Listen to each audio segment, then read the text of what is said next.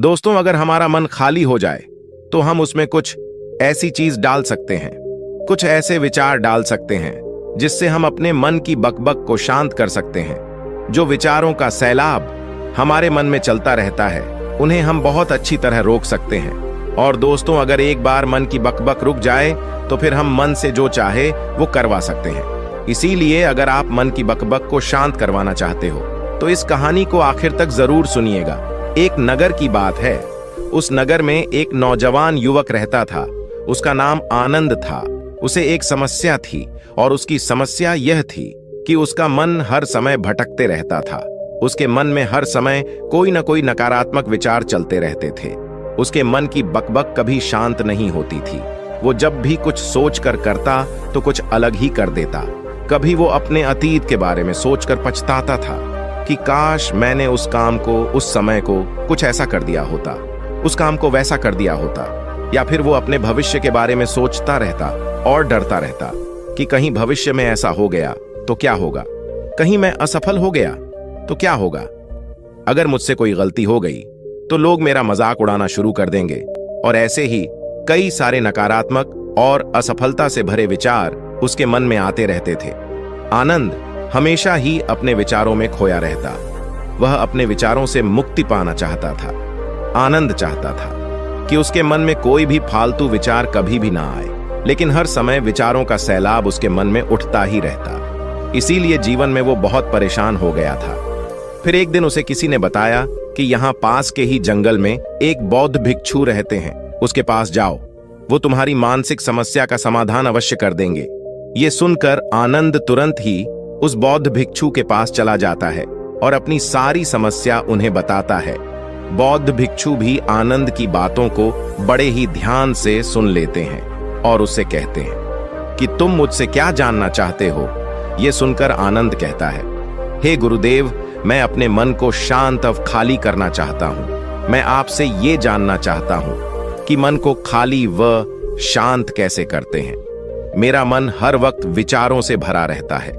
मेरा ध्यान एक जगह लग ही नहीं पाता है, जिसके कारण मेरे हर एक काम में समस्या आ जाती है।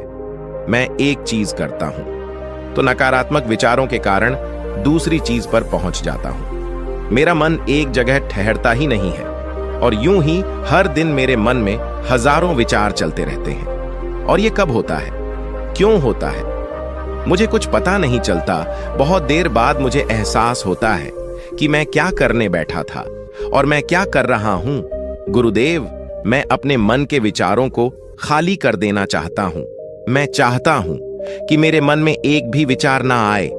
जब मैं चाहूं तभी मेरे मन में विचार आए। फिर बौद्ध भिक्षु ने कहा, किसी समस्या का समाधान तभी निकाला जाता है जब हम उस समस्या की जड़ तक पहुंच जाते हैं, समस्या को ठीक से समझते हैं और जानते हैं। आगे बौद्ध भिक्षु कहते हैं, जिस मन को तुम खाली करना चाहते हो, क्या तुमने उस मन को कभी भी थोड़ा बहुत भी समझा है, जाना है? यह सुनकर आनंद ने कहा कि महाराज, मैंने अपने मन को जानने की बहुत कोशिश की है, लेकिन मैं जितना इसके बारे में जानता हूं, मेरा मन उतना ही रहस्यमय हो जाता है। फिर बौद्ध भिक्षु ने उस युवक को एक घड़ा देते हुए कहा कि जाओ, इस घड़े में छोटे छोटे पत्थर भरकर लेकर आओ। फिर वो युवक वहां से गया और छोटे छोटे पत्थर भरकर लेकर आ गया और उस घड़े को बौद्ध भिक्षु के पास रख दिया। फिर बौद्ध भिक्षु ने उस युवक से कहा कि इस घड़े को तुम अपना मन समझो और इस घड़े में भरे पत्थरों को अपने विचार समझो। अब इस घड़े में और पत्थर डालो। उस युवक ने घड़े में और पत्थर डालना शुरू किया, क्योंकि घड़ा पहले से भरा हुआ था। एक तो पत्थर डालने के बाद बाकी सारे पत्थर नीचे गिरने लगे। फिर बौद्ध भिक्षु ने उस युवक से कहा, रुको जरा, ध्यान से देखो। अब घड़े में पत्थर नहीं आ रहे हैं, बल्कि पत्थर नीचे गिर रहे हैं, क्योंकि ये एक घड़ा है जो इसमें आ सकता था, वो आ गया। अब इसमें और पत्थर नहीं आएंगे। अगर दूसरे पत्थर डालने हैं तो पहले वाले पत्थरों को निकालना होगा। ये सुनकर उस युवक ने कहा, गुरुदेव, मैं आपकी बात समझ गया हूं कि आप मुझे क्या बताना चाहते हैं। हमें अपने मन को विचारों से ही खाली कर देना चाहिए। आनंद की ये बात सुनकर बौद्ध भिक्षु मुस्कुराने लगे और कहा, पहले मेरी पूरी बात तो सुन लो, उसके बाद मन को खाली कर लेना। फिर बौद्ध भिक्षु ने उस युवक को कहा, कि हमारा मन एक घड़े के बिल्कुल उल्टा है, क्योंकि घड़े को तुम पत्थरों से भर सकते हो, लेकिन मन को विचारों से नहीं भर पाओगे, क्योंकि मन तो हमेशा खाली रहता है। यह सुनकर उस युवक ने कहा, गुरुदेव, मुझे आपकी बातें कुछ समझ में नहीं आ रही हैं। मन अगर खाली रहता है तो फिर हम उसे खाली करना क्यों चाहते हैं?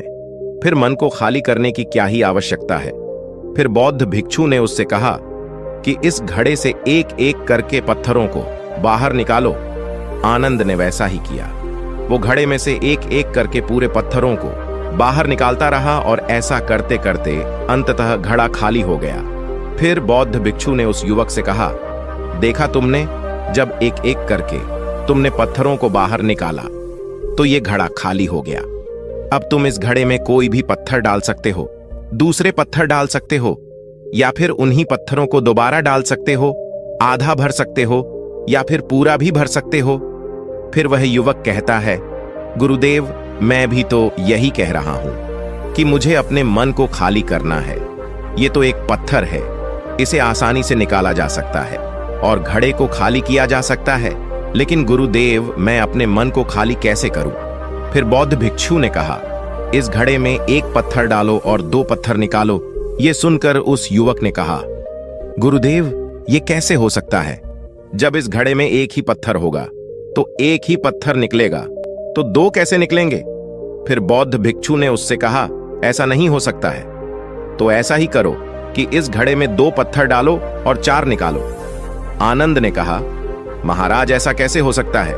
ये कोई चमत्कारी घड़ा तो है नहीं कि एक डालो तो दो निकल आएंगे, दो डालो तो चार निकल आएंगे। ये सुनकर बौद्ध भिक्षु ने कहा, यह घड़ा तो चमत्कारिक नहीं है, लेकिन तुम्हारा मन तो चमत्कारिक है। उसमें से अगर तुम एक विचार बाहर निकालते हो तो उसके साथ दो विचार आते हैं, और जब तुम उन दो विचारों को पकड़ते हो तो उसके साथ चार विचार निकलते हैं, और फिर ऐसा करते करते विचारों की एक लंबी श्रृंखला बन जाती है, और फिर तुम कहीं नहीं रुकते, एक के बाद एक विचारों को पकड़ते जाते हो। ये मिट्टी का घड़ा तो पत्थरों से भर जाएगा, लेकिन तुम्हारा मन कभी नहीं भरता। वो हमेशा खाली ही रहता है, लेकिन वह खाली नहीं करता। ये इस मन की माया है कि सब कुछ है लेकिन फिर भी कुछ नहीं। फिर उस युवक ने कहा, गुरुदेव, मैं आपकी बात समझ रहा हूं, लेकिन क्या मैं हमेशा अपने विचारों के जाल में ही फंसा रहूंगा? क्या मन के इस माया जाल से निकलने का कोई रास्ता नहीं है? फिर बौद्ध भिक्षु ने कहा, इस मिट्टी के घड़े में आधे पत्थर भर दो। फिर उस युवक ने ऐसा ही किया। फिर बौद्ध भिक्षु ने कहा, अब इन पत्थरों में से कोई एक पत्थर चुनो और उस पत्थर की एक छोटी सी मूर्ति बनाकर मुझे दे दो। मैं जानता हूं कि तुम एक अच्छे कलाकार हो। आनंद ने एक पत्थर निकाला और उस पत्थर को बौद्ध भिक्षु के सामने ही तराशने लगा। पत्थर को तराशते वक्त उसे लगा कि यह पत्थर अच्छा नहीं है। फिर उसने दूसरा पत्थर घड़े से निकाला, लेकिन उसे वो पत्थर भी पसंद नहीं आया। फिर उसने तीसरा पत्थर निकाला, लेकिन वो तीसरा पत्थर भी उसे पसंद नहीं आया। उसका रंग अच्छा नहीं था। ऐसा करते करते उस युवक ने सारे ही पत्थरों को बाहर निकाल दिया। उस युवक को ऐसा करते हुए बौद्ध भिक्षु बड़े ही ध्यान से देख रहे थे। फिर बौद्ध भिक्षु ने उससे कहा कि जो तुमने सबसे पहले पत्थर निकाला था, उस पत्थर को ये समझकर तराशो कि इसके बाद तुम्हारे पास कोई और पत्थर नहीं है और ये एक ही पत्थर तुम्हारे पास है।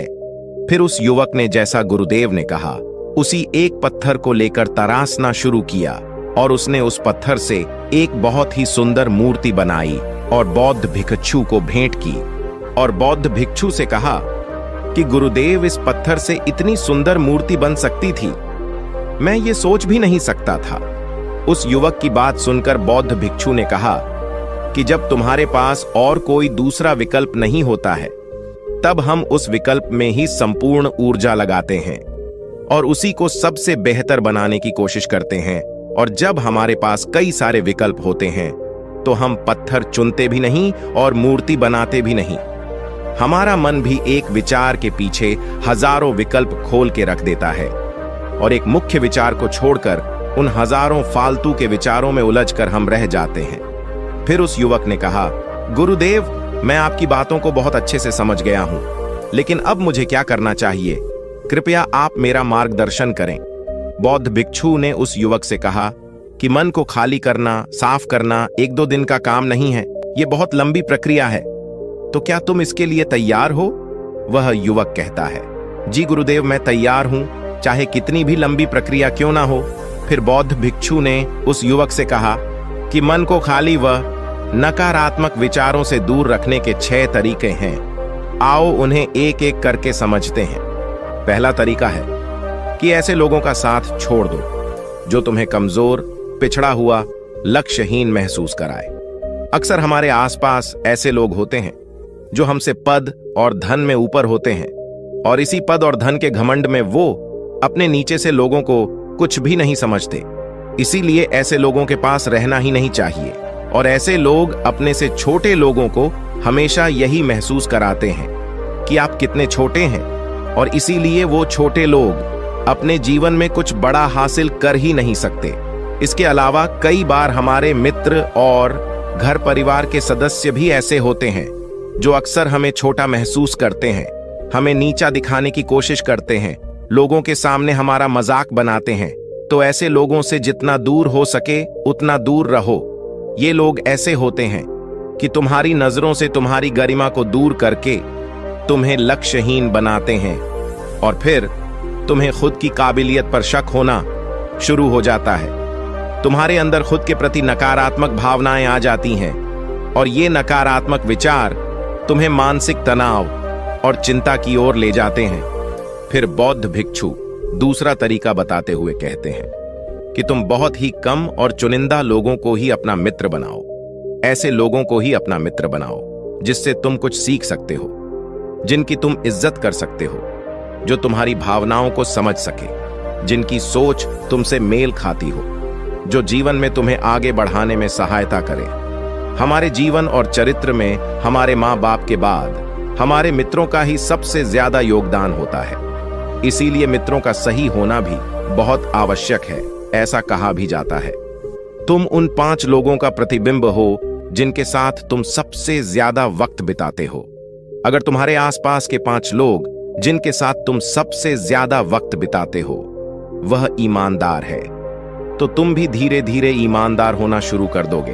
और अगर वो 5 लोग अमीर हैं तो तुम भी धीरे धीरे अमीर बनना शुरू कर दोगे। कहने का अर्थ यही है कि तुम वैसा ही बन जाते हो जिस तरह के लोगों के साथ तुम अपना समय व्यतीत करते हो।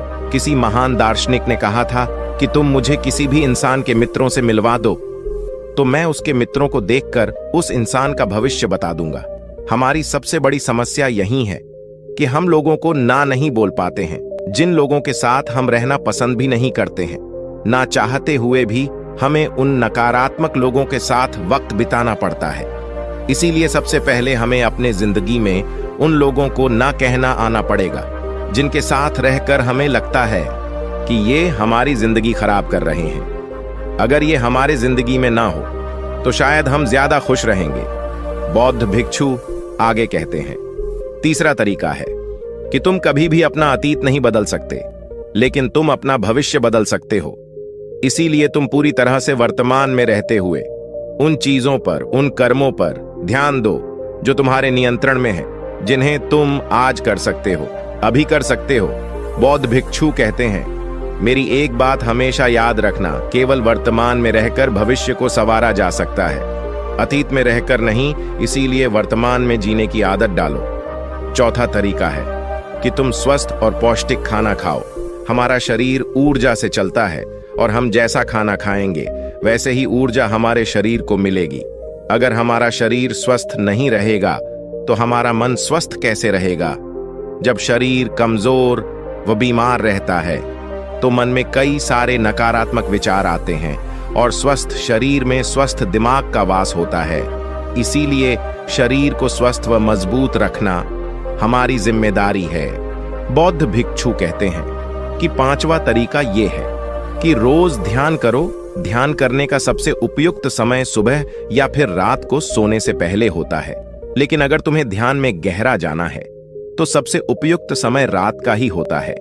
रात में सोने से पहले ध्यान करने से नींद में भी सुधार होता है और बहुत गहरी नींद आती है।